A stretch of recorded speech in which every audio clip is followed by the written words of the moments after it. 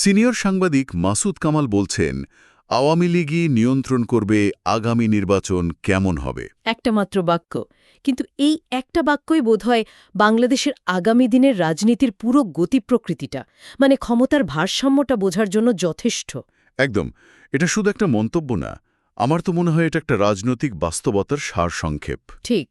আর আমরা আজকে ঠিক করেছি কোনো রাজনৈতিক পক্ষ নেব না বা কোনো বিতর্কেও যাব না, শুধু একজন অভিজ্ঞ সাংবাদিকের এই উক্তিটার এর একটা ব্যবচ্ছেদ করব। আচ্ছা। বোঝার চেষ্টা করব নিয়ন্ত্রণ বলতে তিনি ঠিক কি বোঝাতে চেয়েছেন। আর নির্বাচনের ফলাফল বলেননি, কিন্তু বলেছেন ধরন, এটার তাৎপর্য কি। চলুন এই বিষয়গুলো নিয়ে আজ গভীরে যাওয়া যাক। অবশ্যই। আর এই আলোচনাটা জরুরি, কারণ এটা তো কোনো সাধারণ ভবিষ্যৎবাণী নয়। যখন মাসুদ কামালের মতো একজন বর্ষিয়ান সাংবাদিক, যিনি দেশের এতগুলো রাজনৈতিক পালাবদল কাছ থেকে দেখেছেন, তিনি যখন এমন একটা চূড়ান্ত মন্তব্য করেন, তখন বুঝতে হবে এর পেছনে গভীর পর্যবেক্ষণ আছে, বিশ্লেষণ আছে। আমরা সেই জায়গাগুলোই ধরার চেষ্টা করব। আচ্ছা, তাহলে উক্তিটার একেবারে প্রথম অংশটা দিয়ে শুরু করি। আওয়ামী লীগ নিয়ন্ত্রণ করবে। হ্যাঁ। এই নিয়ন্ত্রণ শব্দটা, এটা তো খুব ব্যাপক একটা শব্দ। এর সম্ভাব্য ক্ষেত্রগুলো কী হতে পারে? এটা কি শুধু নির্বাচনের দিনের কোনো ব্যাপার, নাকি এর পরিধি আরও অনেক অনেক বিস্তৃত? এর পরিধি আসলে অনেক বেশি বিস্তৃত। আমরা যখন নিয়ন্ত্রণ শব্দটা শুনি, তখন হয়তো প্রথম ভাবি ভোটের দিনের কথা, কারচুপি বা এরকম কিছু। ঠিক। কিন্তু মাসুদ কামাল যে নিয়ন্ত্রণের কথা বলছেন, আমার মনে হয় সেটা একটা বহুমাত্রিক প্রক্রিয়া। একে আমরা অন্তত ৩টে প্রধান স্তরে ভাগ করে দেখতে পারি। 3টে স্তর। হ্যাঁ। প্রথম এবং সবচেয়ে যেটা চোখে পড়ে সেটা হলো প্রশাসনিক নিয়ন্ত্রণ। প্রশাসনিক নিয়ন্ত্রণ মানে নির্বাচন কমিশন বা পুলিশ প্রশাসন, এইগুলো। দুটোই, এবং আরও অনেক কিছু। মানেটা হলো নির্বাচন পরিচালনার দায়িত্বে যারা আছেন, যে প্রতিষ্ঠানগুলো আছে, তাদের উপর প্রভাব বিস্তার করা, পুরো নির্বাচনী প্রক্রিয়াটাকেই নিজেদের অনুকূলে নিয়ে আসা। আচ্ছা। যেমন ধরুন নির্বাচন কমিশন। সাংবিধানিকভাবে তো এটা একটা স্বাধীন প্রতিষ্ঠান, কিন্তু এর গঠন প্রক্রিয়াটা কেমন, কমিশনারদের নিয়োগ কিভাবে হচ্ছে, তাদের কাজের স্বাধীনতা বাস্তবে কতটা থাকছে, তার উপর অনেক কিছু নির্ভর করে। একইভাবে নির্বাচনের সময় মাঠে কারা কাজ করে, জনপ্রশাসন, আইন শৃঙ্খলা রক্ষাকারী বাহিনী, তাদের ভূমিকা যদি নিরপেক্ষ না হয়, যদি তারা কোনো একটা নির্দিষ্ট দলের দিকে ঝুঁকে পড়ে, তাহলে তো নির্বাচনের আগেই মাঠটা অসম হয়ে যায়। তার মানে অনেকটা এরকম যে খেলার রেফারি আর লাইন্সম্যান যদি একটা দলের পক্ষেই থাকে, একদম, তাহলে অন্য দলের জন্য জেতা তো দূরের কথা, ঠিকভাবে খেলাটাই কঠিন হয়ে দাঁড়ায়। আপনার উপমাটা চমৎকার। এটাই প্রশাসনিক নিয়ন্ত্রণ, কিন্তু এর পরের স্তরটা আরও সূক্ষ্ম। আচ্ছা। সেটা হলো রাজনৈতিক নিয়ন্ত্রণ। রাজনৈতিক নিয়ন্ত্রণ। হ্যাঁ, অর্থাৎ বিরোধী দলগুলোর জন্য রাজনৈতিক ময়দানটা কতটা খোলা থাকবে, সেই পরিবেশটা তৈরি করা। তারা কি শান্তিমতো সভা সমাবেশ করতে পারবে? তাদের কর্মসূচি পালনের স্বাধীনতা থাকবে? নাকি তাদের নেতাকর্মীদের নামে মামলা দিয়ে বা অন্য কোনোভাবে চাপ দিয়ে নিষ্ক্রিয় করে রাখা হবে? ঠিক তাই। এই সব কিছুই কিন্তু রাজনৈতিক নিয়ন্ত্রণের অংশ। মানে প্রতিপক্ষকে খেলার জন্য মাঠে নামার সুযোগ কতটা দেওয়া হবে, বা নামলেও তাদের হাত পা কতটা খোলা থাকবে, সেটাও এই নিয়ন্ত্রণের মধ্যেই পড়ে। বুঝলাম। এই প্রক্রিয়াটা তো নির্বাচনের অনেক আগে থেকেই শুরু হওয়ার কথা। একদম। এটা একটা দীর্ঘমেয়াদী প্রক্রিয়া। ধীরে ধীরে বিরোধী শিবিরের সাংগঠনিক শক্তিটাকে দুর্বল করে দেওয়া হয়। তাদের রাজনীতি করার পরিসরটা সংকুচিত করে আনা হয়। ফলে নির্বাচনের সময় তারা আর পূর্ণ শক্তি নিয়ে মাঠে নামতে পারে না। প্রশাসনিক আর রাজনৈতিক নিয়ন্ত্রণের ভাড়াটা তো বোঝা গেল, কিন্তু আপনি তো 3টে স্তরের কথা বলছিলেন। তৃতীয়টা কি?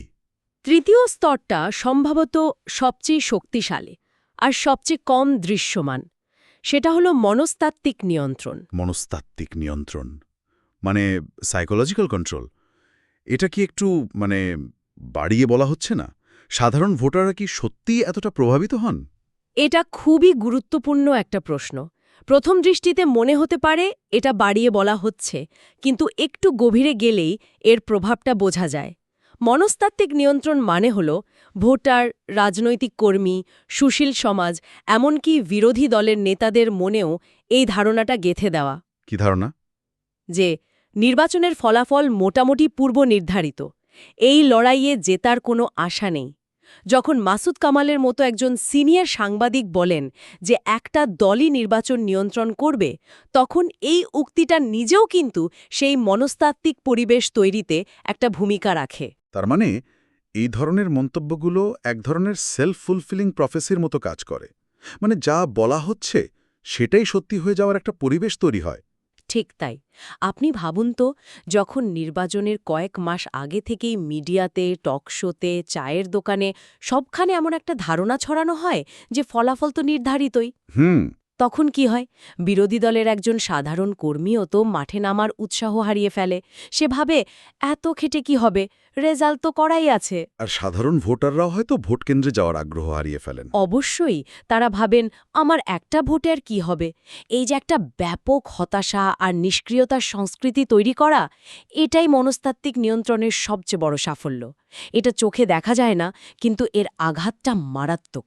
এখানে সবচেয়ে ইন্টারেস্টিং ব্যাপার হলো, এই নিয়ন্ত্রণটা কোনো দৃশ্যমান পদক্ষেপ দিয়ে হচ্ছে না, বরং একটা অদৃশ্য ধারণা বা ন্যারেটিভ তৈরির মাধ্যমে হচ্ছে। একদম। এই যে একটা পারসেপশন তৈরি করা যে কিছুই বদলাবে না, এটাই হয়তো সবচেয়ে কার্যকরী নিয়ন্ত্রণ, কারণ এটা মানুষের ইচ্ছাশক্তিকেই অবশ করে দেয়। এবং এই তিনটে স্তর, প্রশাসনিক, রাজনৈতিক আর মনস্তাত্ত্বিক, এগুলো কিন্তু আলাদাভাবে কাজ করে না, একটা আরেকটাকে শক্তিশালী করে। আচ্ছা। কঠোর প্রশাসনিক নিয়ন্ত্রণ রাজনৈতিক পরিবেশকে সংকুচিত করে, আর সেই সংকুচিত রাজনৈতিক পরিবেশ মানুষের মনে ওই মনস্তাত্ত্বিক ধারণাকে আরও গেঁথে দেয় যে লড়াইটা অসম এবং পরিণাম পূর্বনির্ধারিত। এটা একটা চক্রের মতো কাজ করে। চলুন এই বিষয়টা একটু ভেঙে দেখি। তাহলে নিয়ন্ত্রণ শব্দটার সম্ভাব্য তিনটে মাত্রা আমরা পেলাম। আপনার এই ব্যাখ্যা শুনতে শুনতে আমার মাথায় উক্তিটির দ্বিতীয় অংশটা ঘুরছে। হুম। আগামী নির্বাচন কেমন হবে, এই অংশটা আমার কাছে আরও বেশি গুরুত্বপূর্ণ মনে হচ্ছে। তিনি কিন্তু বলেননি যে আওয়ামী লীগ নির্বাচনে জিতবে, তিনি বলেছেন নির্বাচনটা কেমন হবে তা তারা নিয়ন্ত্রণ করবে। এই দুটোর মধ্যে পার্থক্যটা কোথায়? এটাই এটাই এই উক্তিটির সবচেয়ে গভীরতম অংশ। এই একটা শব্দগুচ্ছই পুরো বিশ্লেষণের মোড় ঘুরিয়ে দিয়েছে। নির্বাচনে জেতা আর নির্বাচন কেমন হবে তা নিয়ন্ত্রণ করা, এ দুটো এক জিনিস নয়। দ্বিতীয়টার ক্ষমতা অনেক বেশি। হুম। নির্বাচন কেমন হবে এই অংশটা কয়েকটা মৌলিক প্রশ্নের জন্ম দেয়। যেমন, নির্বাচনটি কি সব দলের অংশগ্রহণে হবে নাকি একতরফা হবে? অর্থাৎ প্রধান বিরোধী দলগুলো নির্বাচনে আসবে কিনা, বা তাদের আসার মতো পরিবেশ তৈরি করা হবে কিনা, সেই সিদ্ধান্ত ক্ষমতাসীনদের হাতে থাকবে, এমনটাই কি ইঙ্গিত করা হচ্ছে? ঠিক তাই। নির্বাচনটা কি সব প্রধান দলের অংশগ্রহণে একটা উৎসবের মতো হবে, নাকি ২০১৪ সালের মতো একটা নির্বাচন হবে যেখানে প্রধান বিরোধী জোট ছিলই না? অথবা ২০১৮ সালের মতো একটা অংশগ্রহণমূলক কিন্তু বেশ প্রশ্নবিদ্ধ নির্বাচন হবে? এক্স্যাক্টলি। এই ধরন নির্ধারণের বিষয়টিই বলে দেয় নির্বাচনটি দেশে বিদেশে কতটা গ্রহণযোগ্যতা পাবে।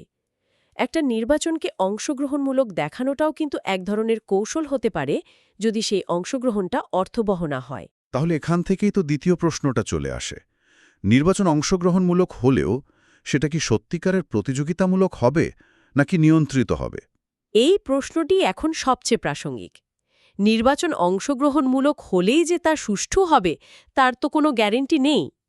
নির্বাচন কেমন হবে তা নিয়ন্ত্রণ করার অর্থ হল প্রতিদ্বন্দ্বিতার মাত্রাটাও নিয়ন্ত্রণ করা। নিয়ন্ত্রিত প্রতিদ্বন্দ্বিতা, এই ব্যাপারটা একটু ব্যাখ্যা করবেন? ধরুন, এমন একটা পরিবেশ তৈরি হল যেখানে প্রধান বিরোধী দল নির্বাচনে অংশ নিল, কিন্তু তাদের শক্তিশালী প্রার্থীরা হয়তো কোনো আইনি জটিলতায় নির্বাচনে অযোগ্য হয়ে গেলেন।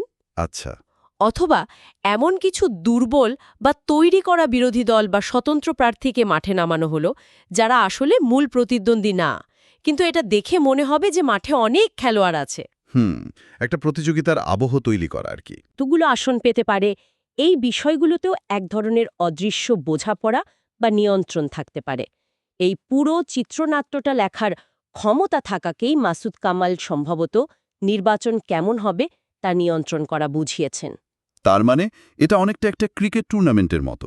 আয়োজক দেশ শুধু নিজেদের জয়টাই নিশ্চিত করছে না, না, বরং তারা এটাও ঠিক করে দিচ্ছে যে টুর্নামেন্টটা কোন ফরম্যাটে হবে, পিচ কেমন হবে, কোন দলের সাথে কার খেলা পড়বে, এমনকি আম্পায়ার কারা হবেন। এই সব কিছুই যদি একটা দল ঠিক করে দেয়, তাহলে তো টুর্নামেন্টের ন্যায্যতা নিয়েই প্রশ্ন উঠবে। আপনার উপমাটা একেবারে নিখুঁত। এর থেকে আমরা যদি বড় চিত্র থেকে তাকাই তাহলে দেখব এই ধরন নির্ধারণের বিষয়টিই আসলে বলে দেয় নির্বাচনটা কতটা স্বচ্ছ আর নিরপেক্ষ হবে। হুম। মাসুদ কামালের উক্তিতে এই ধারণাটিই কিন্তু লুকিয়ে আছে। তিনি বলছেন নির্বাচনের মৌলিক চরিত্রটাই একটা পক্ষ দ্বারা নিয়ন্ত্রিত হবে, আর এটা তো গণতন্ত্রের যে মূল আদর্শ। তার সাথে সরাসরি সাংঘর্ষিক। অবশ্যই, কারণ গণতন্ত্রের নির্বাচনের ধরন তো নিয়ন্ত্রিত হওয়ার কথা সংবিধান, আইন আর সব দলের আলোচনার মাধ্যমে, কোনো একটা নির্দিষ্ট দলের ইচ্ছায় নয়। তাহলে এখন যদি আমরা দুটো অংশকে একসাথে করি, নিয়ন্ত্রণ করবে এবং নির্বাচন কেমন হবে, তাহলে পুরো ছবিটা কি দাঁড়ায়? ছবিটা দাঁড়ায় যে ক্ষমতাসীন দল শুধু খেলার ফলাফলই নয়, বরং খেলার নিয়ম, মাঠের পরিস্থিতি, এমনকি খেলার ফরম্যাট পর্যন্ত নির্ধারণ করার ক্ষমতা রাখে। হ্যাঁ, এই পর্যায়ে এসে আমার প্রশ্ন হল, মাসুদ কামালের মতো একজন সিনিয়র সাংবাদিকের কাছ থেকে এমন একটা সরাসরি মন্তব্য আসার তাৎপর্য কি? এটা কি শুধু একটা হতাশাবাদী ভবিষ্যৎবাণী, নাকি এর পেছনে গভীর কোনো বাস্তবতার বিশ্লেষণ আছে? এটিকে কেবল ভবিষ্যৎবাণী হিসেবে দেখলে এর গুরুত্বটা খাটো করা হবে। আমি মনে করি এটা একটা নির্মোহ বিশ্লেষণ। একজন অভিজ্ঞ সাংবাদিক, যিনি কয়েক দশক ধরে দেশের রাজনীতির এত কিছু দেখছেন, তিনি তো হুট করে কোনো মন্তব্য করেন না। তার এই ধরনের উক্তি কয়েকটা বাস্তব পর্যবেক্ষণের উপর ভিত্তি করে তৈরি হতে পারে। সেই পর্যবেক্ষণগুলো কি হতে পারে, যদি একটু নির্দিষ্ট করে বলেন? প্রথমত এবং সবচেয়ে গুরুত্বপূর্ণ, ক্ষমতাসীন দলের বর্তমান অবস্থান। গত ১.৫ দশকে আওয়ামী লীগ শুধু সরকারেই নেই, তারা দেশের প্রতিটি প্রান্তে তাদের সাংগঠনিক শক্তিকে এক নতুন উচ্চতায় নিয়ে গেছে। এটা ঠিক। তাদের যে দেশব্যাপী নেটওয়ার্ক, তৃণমূল পর্যন্ত যে সাংগঠনিক কাঠামো, তা এক কথায় অপ্রতিদ্বন্দ্বী। এর সাথে যুক্ত হয়েছে রাষ্ট্রযন্ত্রে বিভিন্ন স্তরে তাদের নিয়ন্ত্রণ আর ক্ষমতার ধারাবাহিকতা বজায় রাখার একটা তীব্র রাজনৈতিক আকাঙ্ক্ষা। এই সম্মিলিত শক্তি তাদের এমন একটা জায়গায় নিয়ে গেছে যেখান থেকে তারা নির্বাচনের গতি প্রকৃতিকে প্রভাবিত করার ক্ষমতা রাখে। এটা একটা কঠিন বাস্তবতা। এবং এই মুদ্রার অপর পিঠ যদি দেখি, মানে বিরোধী দলের অবস্থা। ঠিক তাই। দ্বিতীয় পর্যবেক্ষণটি হল বিরোধী দলগুলোর সার্বিক অবস্থা। প্রধান বিরোধী দলগুলোর সাংগঠনিক দুর্বলতা তো এখন আর গোপন কিছু নয়। নেতৃত্বের সংকট, দীর্ঘদিন ক্ষমতার বাইরে থাকার কারণে কর্মীদের মধ্যে হতাশা, কার্যকর কর্মসূচির অভাব। হ্যাঁ, কার্যকর কর্মসূচি প্রণয়নের সীমাবদ্ধতা এবং সরকারের ধারাবাহিক চাপের মুখে তাদের টিকে থাকার লড়াই, এই সব কিছু মিলিয়ে তারা একটা দুর্বল অবস্থানে আছে। মাঠের রাজনীতিতে ক্ষমতার ভারসাম্য যখন এতটা একপেশে হয়ে যায়, তখন শক্তিশালী পক্ষ তো স্বাভাবিকভাবেই নিয়ন্ত্রকের ভূমিকায় চলে আসে। তার মানে এটা শুধু এক পক্ষের শক্তির বিষয় নয়, অন্য পক্ষের দুর্বলতারও একটা প্রতিফলন। অবশ্যই, রাজনীতিতে তো শূন্য স্থান থাকে না। একটা পক্ষ দুর্বল হলে অন্য পক্ষ সেই জায়গাটা নিয়ে নেয়। এবং তৃতীয় একটা গুরুত্বপূর্ণ বিষয় আছে যা প্রায়ই আলোচনায় কম আসে। সেটা কি? আন্তর্জাতিক প্রেক্ষাপট। আন্তর্জাতিক সম্প্রদায়ের ভূমিকা এখানে কথাটা গুরুত্বপূর্ণ। খুবই গুরুত্বপূর্ণ। একসময় পশ্চিমা দেশগুলো, বিশেষ করে আমেরিকা, বাংলাদেশের মতো দেশগুলোতে গণতন্ত্র বা সুষ্ঠু নির্বাচন নিয়ে বেশ সোচ্চার ছিল। কিন্তু এখনকার যে ভূ-রাজনৈতিক বাস্তবতা, সেই চাপ প্রয়োগের ধরন কিন্তু বদলেছে। একদিকে চীনের প্রভাব বাড়ছে, অন্যদিকে ভারত এই অঞ্চলে তাদের কৌশলগত স্বার্থ রক্ষা করতে চায়। এই জটিল পরিস্থিতিতে আন্তর্জাতিক সম্প্রদায়ও বিভক্ত। ফলে বাংলাদেশের অভ্যন্তরীণ রাজনীতির উপর তাদের প্রভাব বা চাপ দেওয়ার ক্ষমতাও সীমিত হয়ে পড়েছে। আচ্ছা। একজন অভিজ্ঞ সাংবাদিক এই সমস্ত অভ্যন্তরীণ শক্তির ভারসাম্য এবং আন্তর্জাতিক প্রেক্ষাপটের হিসাব নিকাশ করেই এমন একটা সিদ্ধান্তে আসতে পারেন। সুতরাং এটা কোনো ব্যক্তিগত মত নয়, বরং বিভিন্ন ফ্যাক্টরকে মিলিয়ে একটা যৌগ মূল্যায়ন। তাহলে সব মিলিয়ে এর মানেটা দাঁড়াচ্ছে, মাসুদ কামালের এই একটা বাক্য আসলে বাংলাদেশের বর্তমান রাজনৈতিক বাস্তবতার একটা সংক্ষিপ্ত রূপ। এটা আমাদের দেশের ক্ষমতার যে চরম ভারসাম্যহীনতা আর গণতান্ত্রিক সংস্কৃতির যে ক্ষয়, সেটাকেই চোখে আঙুল দিয়ে দেখিয়ে দেয়। একেবারে তাই। এই উক্তিটা আমাদের একটা খুব অস্বস্তিকর প্রশ্নের মুখোমুখি করে দেয়। আমাদের রাজনৈতিক প্রক্রিয়াটা ঠিক কোন দিকে যাচ্ছে, যেখানে নির্বাচনের স্বচ্ছতা নিয়ে নয়, বরং নির্বাচনের ধরন নিয়েই প্রশ্ন উঠছে, সেখানে গণতন্ত্রের স্বাস্থ্য নিয়ে তো গভীর উদ্বেগ তৈরি হওয়াটাই স্বাভাবিক। তাহলে আজকের এই দীর্ঘ আলোচনা থেকে আমরা যা বোঝার চেষ্টা করলাম তা হল, সিনিয়র সাংবাদিক মাসুদ কামালের একটা উক্তি আওয়ামী লীগই নিয়ন্ত্রণ করবে আগামী নির্বাচন কেমন হবে কতটা গভীর এবং বহুমাত্রিক অর্থ বহন করে। হুম। আমরা দেখলাম এই নিয়ন্ত্রণের 3টে স্তর থাকতে পারে: প্রশাসনিক, রাজনৈতিক এবং সবচেয়ে সূক্ষ্ম মনস্তাত্ত্বিক। এবং আমরা এটাও বিশ্লেষণ করলাম যে নির্বাচনের ধরন নির্ধারণ করার অর্থ হল তার অংশগ্রহণমূলক চরিত্র থেকে শুরু করে প্রতিযোগিতার মাত্রা পর্যন্ত সবকিছুই একটা পক্ষের নিয়ন্ত্রণে থাকা, যা নির্বাচনের মূল উদ্দেশ্যকেই প্রশ্নবিদ্ধ করে তোলে।